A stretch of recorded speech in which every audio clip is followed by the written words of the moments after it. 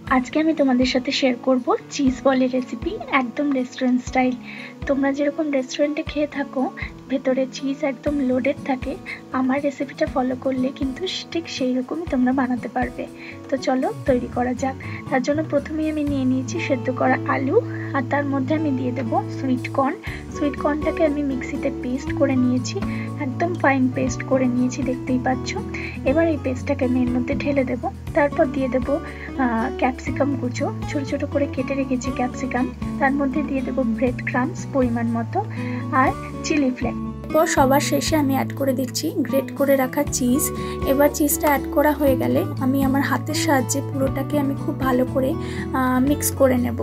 আর হ্যাঁ, আমি সল্ট দিতে ভুলে গিয়েছিলাম, এই পর্যায়ে আমি কিন্তু পরিমাণ মতো সল্ট অ্যাড করে দেব।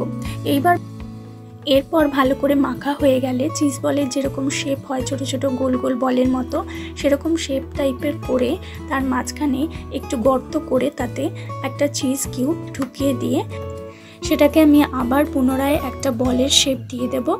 এইভাবে সবকটা চিজ বল আমি রেডি করে নেব।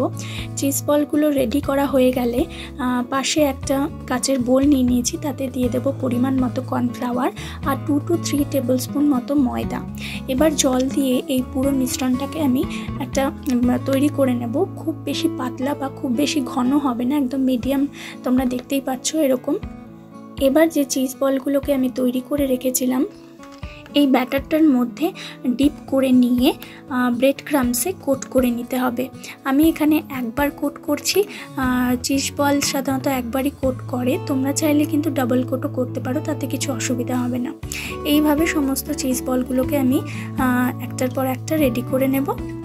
এবার কড়াইতে সাদা তেল নিয়ে নিয়েছি, তেলটা গরম হয়ে গেলে আমি 4টে করে চিজ বল আমি ফ্রাই করে নেব। খুব বেশি চিজ বল একসাথে ফ্রাই করবে না, তাতে ভেঙে যাওয়ার সম্ভাবনা থাকে।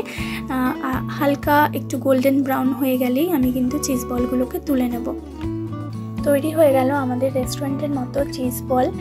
বাড়িতে তোমরা ইজিলি বানিয়ে ফেলতে পারো, বাচ্চারা খুব পছন্দ করবে। আর আমার রেসিপিগুলো তোমাদের কেমন লাগছে আমাকে অবশ্যই কমেন্ট করে জানিও। যদি ভালো লাগে আমার চ্যানেলটাকে সাবস্ক্রাইব করতে ভুলো না। দেখা হচ্ছে আবার অন্য ভিডিওতে।